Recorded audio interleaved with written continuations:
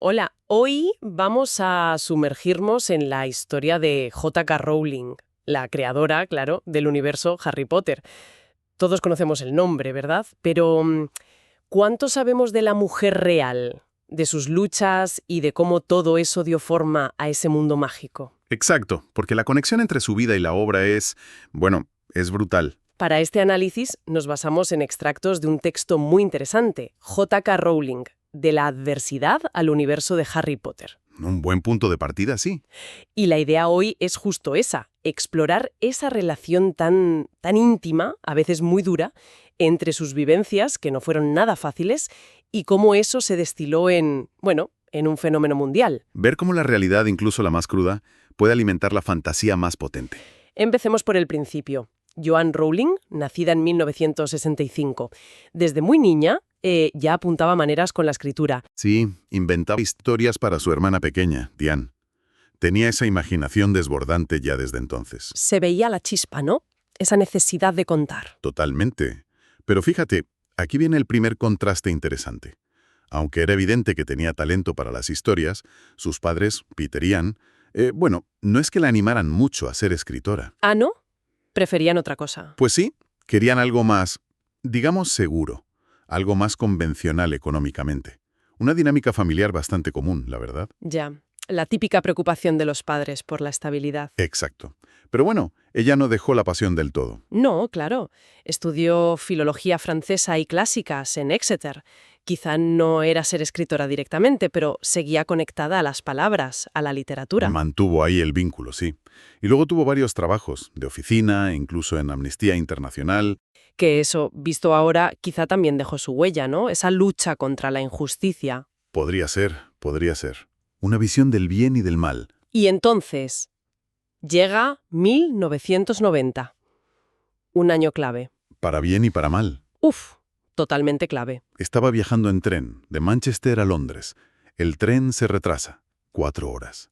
Y en ese rato muerto, ¡boom! La idea. Toda la idea de Harry Potter, de golpe.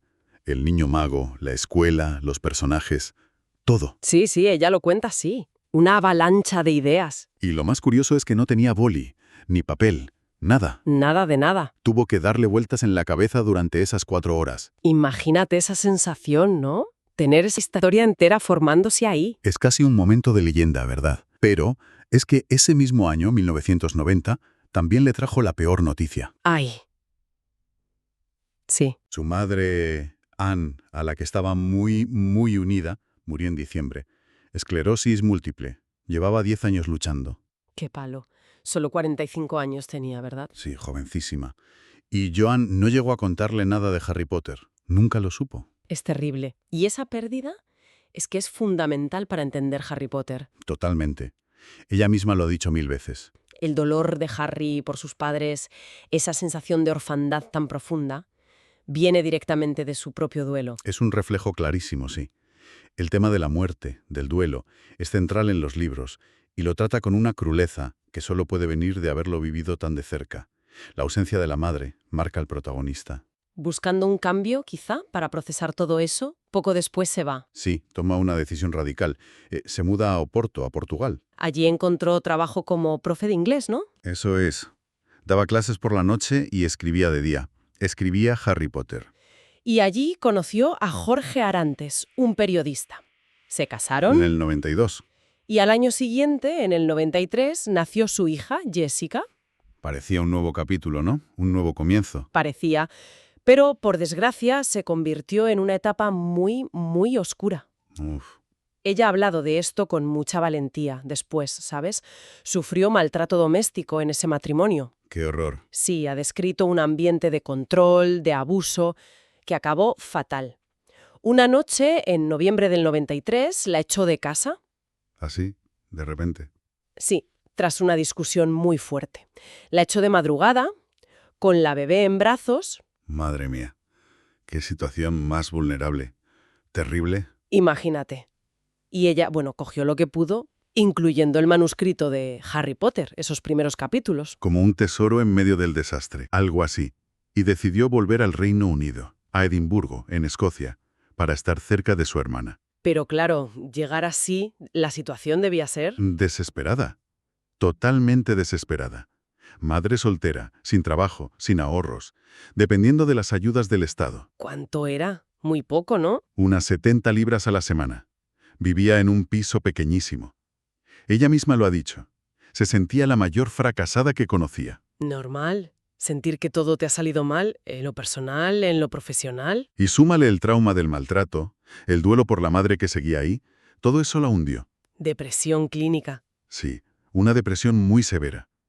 Ella la describió no como tristeza, sino como un vacío, una ausencia total de sentimientos, un frío horrible. Esa descripción nos lleva directamente a algo muy concreto de los libros, ¿verdad? Exacto. Pero antes de eso, hay que destacar la fuerza que tuvo. Porque en medio de toda esa oscuridad, ¿qué hizo?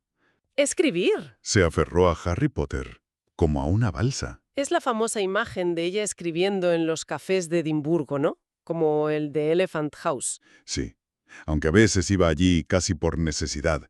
Paseaba a la niña en el cochecito para que se durmiera y en el café pues tenía calefacción gratis. Claro. Y ahí escribía, en servilletas, en cuadernos, lo que fuera. Era lo único, según ella, que le daba un propósito, una estructura al día, algo por lo que levantarse. Y volcaba todo ahí. El dolor, el miedo, pero también la esperanza. Y aquí es donde la vida y la ficción se entrelazan de forma fascinante. Vamos a ver ejemplos claros. Venga, El más evidente, quizá, los dementores. sin duda. Esas criaturas horribles de Azkaban que te roban la felicidad, te dejan vacío, solo con tus peores recuerdos. Dan mucho miedo, ¿eh? Pues Rowling ha confirmado que son literalmente la personificación de su depresión. Tal cual. Es que es una metáfora brutal. Convertir esa sensación interna, abstracta, de vacío y desesperanza, en un monstruo tangible. El frío que dan, el beso del dementor que te quita el alma, todo eso viene de su propia experiencia. Es increíble cómo el arte puede hacer eso, ¿verdad? Transformar el sufrimiento en algo así. Totalmente. Y no es el único caso, claro. Pensemos en Ron Weasley. El amigo leal. El mejor amigo de Harry, leal hasta el final, divertido, de una familia grande, cálida, aunque con problemas de dinero. Pues ella ha dicho que la lealtad de Ron se inspira en su mejor amigo de la adolescencia, Sean Harris. Anda. ¿Y lo del coche? También, este amigo tenía un Ford Anglia azul turquesa, como el coche volador de los Weasley. Es un homenaje a esa amistad que te apoya cuando estás fatal, algo que ella necesitó mucho. Qué bonito. ¿Y Hermione? Hermione Granger, la lista de la clase. Inteligente, empollona, un poco insegura al principio, pero con una voluntad de hierro. Un reflejo de ella misma. Muchos lo ven así. Esa sensación de ser un poco sabelotodo, de refugiarse en los libros, de sentirse a veces fuera de lugar. Parece que Rowling se identificaba con eso en su juventud. Tiene sentido. Y Harry, claro. Ya hemos hablado de la orfandad, de la conexión con su madre. Pero es más que eso. El viaje de Harry es el de alguien marcado por un trauma desde niño, Que lucha contra la oscuridad, fuera y dentro. que busca quién es, su sitio en el mundo, que descubre que el amor y la amistad son las armas más poderosas. A través de Harry, ella canaliza su duelo, sí, pero también su lucha contra la pobreza, contra la sensación de ser distinta, su propia resiliencia. Exacto. La cicatriz de Harry, esa marca visible de un pasado doloroso, es otro símbolo potente. Las luchas de Harry conectan con las complejidades que ella vivió. Bueno, pues termina el manuscrito allá por 1995, más o menos. Y empieza otra odisea, Otra batalla, sí. publicarlo. Y no fue nada fácil.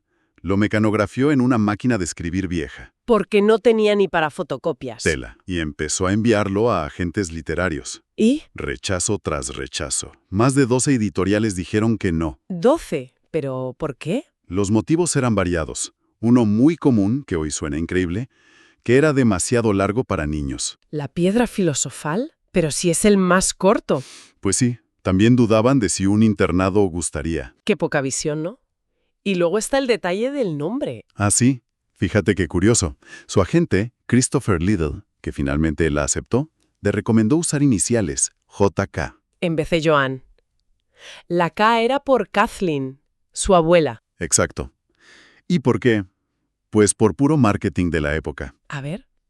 Temían que los niños, sobre todo los chicos, no quisieran leer un libro escrito por una mujer. Querían ocultar su género. Madre mía, qué fuerte suena eso hoy. Dice mucho de cómo era la industria entonces. Pero bueno, finalmente, después de un año de noes, Llegó a Bloomsbury, una editorial más pequeña de Londres. y aquí viene otro momento casi mágico. El editor, Barry Cunningham, no estaba muy seguro, pero le dio el primer capítulo a su hija, Alice, de 8 años. La prueba de fuego. Y funcionó. A la niña le encantó. Volvió a por más. Quería saber cómo seguía. Esa reacción fue decisiva. Bloomsbury le ofreció un adelanto. Muy modesto, unas 1.500 libras. Que para ella sería... El mejor momento de su vida, ha dicho. Incluso más que la fama. Alguien creía en su historia. Se publicó en junio del 97. Harry Potter and the Philosopher's Stone. Una tirada mínima, ¿no? Mínima. Solo 500 ejemplares. Y 300 fueron para bibliotecas. Sin grandes anuncios ni nada. Pero entonces... Empezó la magia de verdad. El boca a boca. Niños, padres, profes, críticos, todo el mundo empezó a hablar del libro. Ganó premios, las críticas eran buenísimas. La gente se enamoró del mundo, de los personajes. Y explotó. Vaya si explotó. La velocidad y la escala de ese éxito, creo que no se había visto nada igual en literatura infantil. Nada. Libro tras libro, las ventas se disparaban. Colas enormes en las librerías, traducciones a todos los idiomas y luego las pelis, el merchandising. Una marca global. Y el cambio para ella, bueno, imagínate, de vivir de ayudas escribiendo en cafés a ser una de las mujeres más ricas del Reino Unido. Y una de las autoras más influyentes del mundo. Una transformación brutal. Casi como un cuento de hadas moderno, ¿sí? Pero forjado en la adversidad más real. Entonces, si miramos todo esto en perspectiva, ¿cuál es la idea principal, el hilo conductor de esta conexión vida-obra? Pues yo creo que su historia es un testimonio increíble de cómo la adversidad, incluso la más chunga, la pérdida, el maltrato, la pobreza, la depresión, no tiene por qué ser el final. Claro. ¿Qué puede ser? ¿Un catalizador? Exacto. Paradójicamente puede convertirse en una fuente de creatividad, de fortaleza, que ni tú misma sabías que tenías. Su experiencia demuestra que el dolor se puede procesar, ¿no? Canalizar, transformar a través del arte. Ir, una terapia, fue la herramienta con la que construyó algo que ha dado consuelo, magia, inspiración a millones. Y son precisamente esos elementos que nacieron de sus momentos más oscuros, el duelo, la lucha contra la desesperanza, el valor de la amistad, del amor, los que le dan a Harry Potter esa profundidad. Esa verdad emocional que conecta tanto. La oscuridad que vivió ella hace que la luz que pinta en los libros sea más creíble, más potente. Te deja pensando, ¿no? ¿Cuántas otras obras que admiramos, libros, música, pelis, cuadros, tendrán detrás historias parecidas? Vemos el resultado final, la obra de arte, pero no las batallas que se libraron para crearla. Exacto. Y eso lleva a una pregunta quizá más profunda, para darle vueltas. ¿Es necesario, de alguna forma, haber tocado fondo, haber conocido la dificultad, tener alguna cicatriz emocional, para crear algo que conecte de forma tan universal? Se necesita conocer la sombra para pintar la luz con esa intensidad que nos llega tanto. Ahí queda la reflexión. Una pregunta potente, sí, para cerrar esta exploración de la vida detrás de la magia. Una historia increíble de resiliencia, de imaginación y de la alquimia extraña que a veces surge del dolor.